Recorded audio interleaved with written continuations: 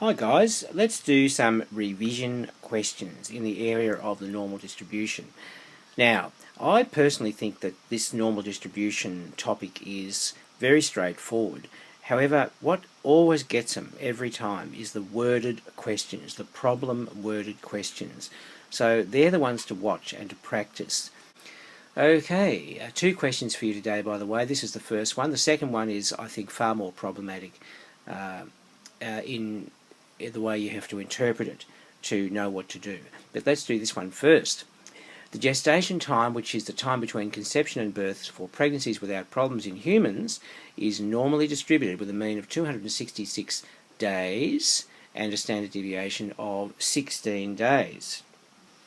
That's very interesting, isn't it? This would be just a shade under 9 months, wouldn't it? Because 9/30s are 270, so it looks pretty right. Anyway, A, today, what percentage of pregnancies last between 234 and 298 days? In a paternity case, a woman asserts that a particular man is the supposed father of the child. However, he had been sent away on a scientific expedition to Antarctica 312 days before the birth, only to come back 6 months later. Okay, good heavens. What percentage of gestation times are at least 312 days in length, and hence comment on the likelihood that the woman has made a just claim? My goodness, legal wrangling here. Okay, part C. Suppose that 100 chosen women give birth one day at a hospital. What is the probability that at least one of the women has a gestation period of at least 312 days in length? Very interesting. And lastly, find to the nearest day the length of gestation that is exceeded by 5% of pregnancies. Alright, very good. Now let's go over the screen and have a go at this. Alright, now let's go for part A today, the percentage of pregnancies which last between 234 and 298 days. Now this kind of depends, guys, on whether this is a technology-free or a technology-enabled exam. Because if you were doing a technology-free exam, you would instantly work out how these limits, this range here, compares to the mean. And it turns out that they're actually spread 2 standard deviations exactly either side of the mean. To get from the 234 to the 298, you have to go backwards 2 standard deviations from 266 and forwards 2 standard deviations from 266 to get that range. So that's pretty convenient, isn't it? So therefore, we could say if it was a technology-free exam that approximately 95% of pregnancies would fall within that range, okay?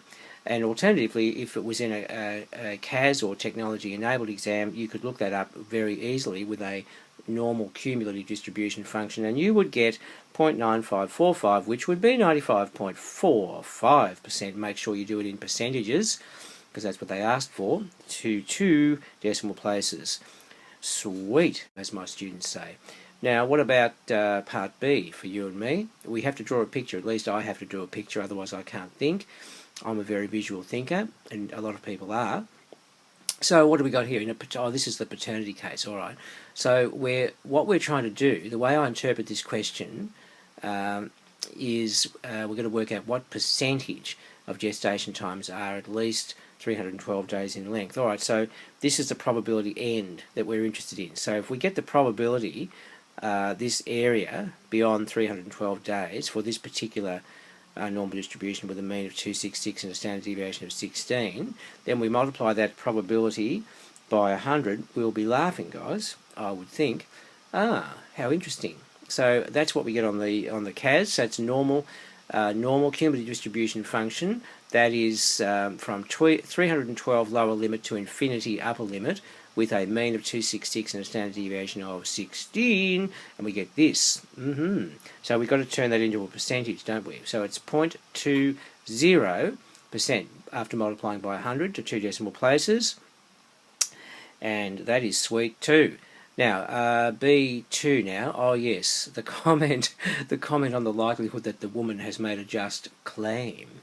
Well, guys, what do you think? I think this woman might be a little bit dodgy, don't you? Because it's very unlikely that this man is the father of her child, okay? Very unlikely, because you've only got a 0.20% probability or a 0.0020 probability. So I think something's fishy going on here, guys, to put it mildly. Okay, happy with that, are you? Very good. Let's do C and D now. Suppose that 100 chosen women give birth one day at a hospital. What is the probability that at least one of the women has a gestation period of at least 312 days in length? Okay, guys, this is a binomial. Did you spot that? It's definitely a binomial. So let x be the number of women with a gestation time of more than 312 days, and we know the probability is 0.0020 of any one woman having a gestation period of more than 312 days, and we've got 100 women. So there's 100 trials, probability is 0.0020. That's how you say it in maths. X follows a binomial distribution. This is the n, this is the p. When you're doing this mathematical shorthand for binomials, you get that, guys. Okay, so using the CAS, let's just go straight for the CAS. Hello, Mr. CAS. And we get, now what is this? What is this? Binomial, cumulative distribution function, 100 trials, 0.0020, probability, a lower limit 1, upper limit 100, and this is the probability we're going to get. Now, what did they want to know? The probability or the percentage? Wait a minute, where are we? No, what is the probability? There it is. Always read back and make sure you answer exactly what they're asking you for, guys, because it's very easy to slip up on that. You get so consumed with what you're doing. So, okay, it's 0.1814 to 4 decimal places. Okay, you're happy with that? Great, good for you. Now what about, yes, thank you Mr. Box, what about part D? Find to the nearest day the length of gestation which is exceeded. Oh yes, an inverse normal, if ever I saw one. Now, what is this? The length of gestation L follows a normal distribution. This is the mean and this is the variance for mathematical shorthand for normal distributions, guys. So here's your picture. 266 days, there's the length, and there's the probability. There has to be 0.05. Okay, so I want the L. I want to go back from the probability back to the variable here. So what we do on the CAS is, with the TI handheld CAS device which we use at my school, we do what's called inverse normal, and we go inverse normal to go from a point from the, and we on the TI it goes from the left, so we want a 0.95 probability working from the left, area under the curve from the left, 266 mean, standard deviation 16, and you get this 292 point, all that. So to the nearest, do they want the, yes, they want to the nearest day, so that'll get us to the nearest day, 292 days. Hoo-hoo, guys, sweet. Yes, great. Now let's come and have a look at this fairly grisly problem that I've got all cooked up for you. Okay, fasten your seatbelts. Let's have a look, and I want you to have a go at this before I reveal it to you, please. You've got to do your part, remember? Right. The amount of caffeine in an 8-ounce cup of black tea from plantation A is normally distributed with a mean of 42 milligrams and a standard deviation of 4 milligrams. The amount of caffeine in an 8-ounce cup of black tea from plantation B is normally distributed with a mean of 35 milligrams and a standard deviation of 3 milligrams. Okay, during quality control tests, various samples of different types of teas are randomly selected and the amount of caffeine in them is tested, alright? I think we get that. They are then classified as either being black tea A or black tea B, according to whether the amount of caffeine in the 8-ounce sample is more or less than a specified amount C, C for caffeine. Now, if the amount is more than C, then it's classified as black tea A. If the amount is less than C, it is classified as black tea B. Wowee! Now, let's have a look at what we're supposed to be doing with this. Now, in this part here, if C is 39, okay, so it has a numerical value of 39, find the probability that a sample of black tea A will be misclassified as black tea B, and that a sample of black tea B will be misclassified as black tea A. Now, how's your head?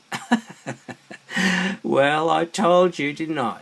What's this question here? Find the value of C so that the probabilities of misclassification are the same. My goodness. Now come on, pause the video, and then scratch your head and think about it and have a go and come back when you're ready. All right? Well, how did you go? It's all about training the brain to be able to think in a certain way. That's what it's about. So here comes A. Now, here's my picture. Right, now, what have I got here? 42. That's going to be T from plantation A.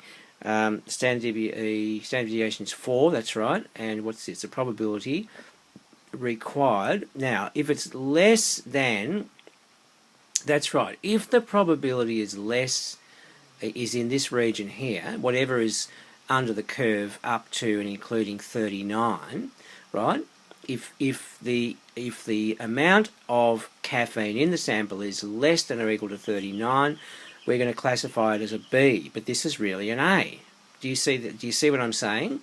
And therefore, this green hashed area would be the probability of an AT being classified as a BT. Did you get that? Did you? Well, that's pretty exciting if you did. If you didn't, look, that's all right.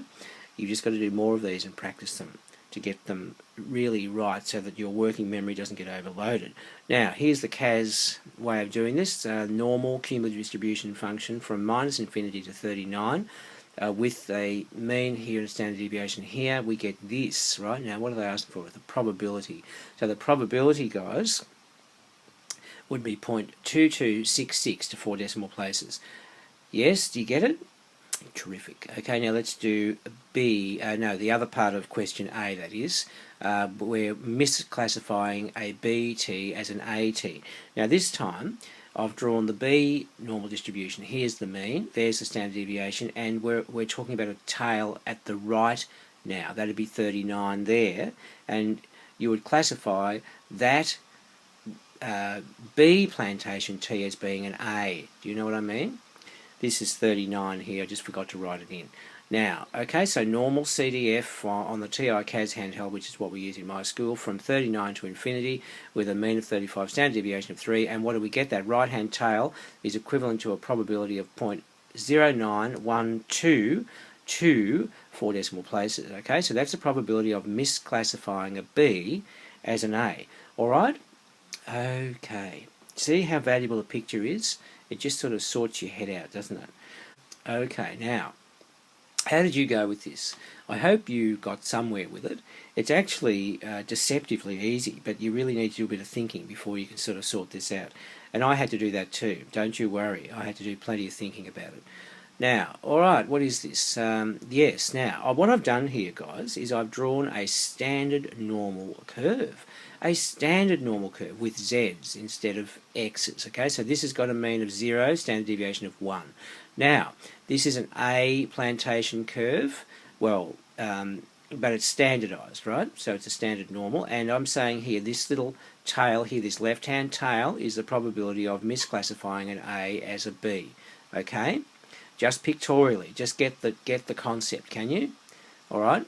Now, have a look at this now. This is the BTs, which have been misclassified as an A, okay? So I'm calling this ZB, just as in this instance this is ZA.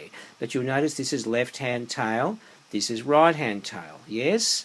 Now, the beautiful part about standardizing these as standard normals is that you know that these probabilities are going to be equal. That is, the area under these respective parts of the curve, this area on the left here will equal this area on the right here, because they're both standardized to standard normal curves, and we're saying that the probability of misclassifications are the same. So the numerical value of this ZA will be the same as the numerical value of this ZB, because these functions are absolutely identical in all respects, okay? In all respects, because they're standard normal curves. They're both standard normal curves. Same mean, same standard deviation, etc. Yes? But the only thing is, guys, that this ZA will be minus ZB, because that'll be a negative value because it's to the left of 0. This will be a positive value because it's to the right of 0. So now, are you ready for this? Let's do the maths. It's very exciting. I'll do it manually for you, then we'll do it with CAS because both ways can work. Alright, so ZA is minus ZB. Now let's put the numbers in. You know that Z is the X value, which is what we're looking for here, the X value at which the probability of misclassification is equal. Yeah? So, we know what this is, we know what that is, we know what this beastie is, we know what that beastie is, and this ZA is the negative of ZB. Everything's good, all the ducks are in a row, let's go for it. Fill in the numbers, now we've just got to solve it for X. Isn't it beautiful? I know, I can hear you going, ah. So there you are. What do I do? Cross multiplied there, and just going to go over the screen and continue and solve it for X, guys. So let's multiply the brackets out and do a bit of P and thimble with the X's and the numbers, getting all the X's on the left, numbers on the right, and look at this, if we solve it, now by dividing both sides by 7, we get X is 38. Exactly. Yes? It's fantastic, isn't it? I know. It's marvellous. But, you know, the interpretation is the problem with these questions. It's the problem. The maths is very simple. Right, so here comes the CAS version for you. This is very, very amazing too. So if you just go on the TI CAS handheld, if you just go solve this normal CDF, where we're going from X, an unknown X, which is this X up here, to infinity, with 35 and 3, that's the BT, that's the right-hand tail of the BT, and equals the left-hand tail of the AT, using this same X here, and we're solving it for X, and it just pops out like that, 38. Isn't it great? 38. Yes? It's mighty fine. And that's the answer, and you're a star, and you'll go far. I hope that helped you. Make sure you keep doing plenty of practice, and you'll get absolutely good at these, so that when you get into that exam, you can absolutely smash it, okay? Alright, well, we'll see you soon, and all the best.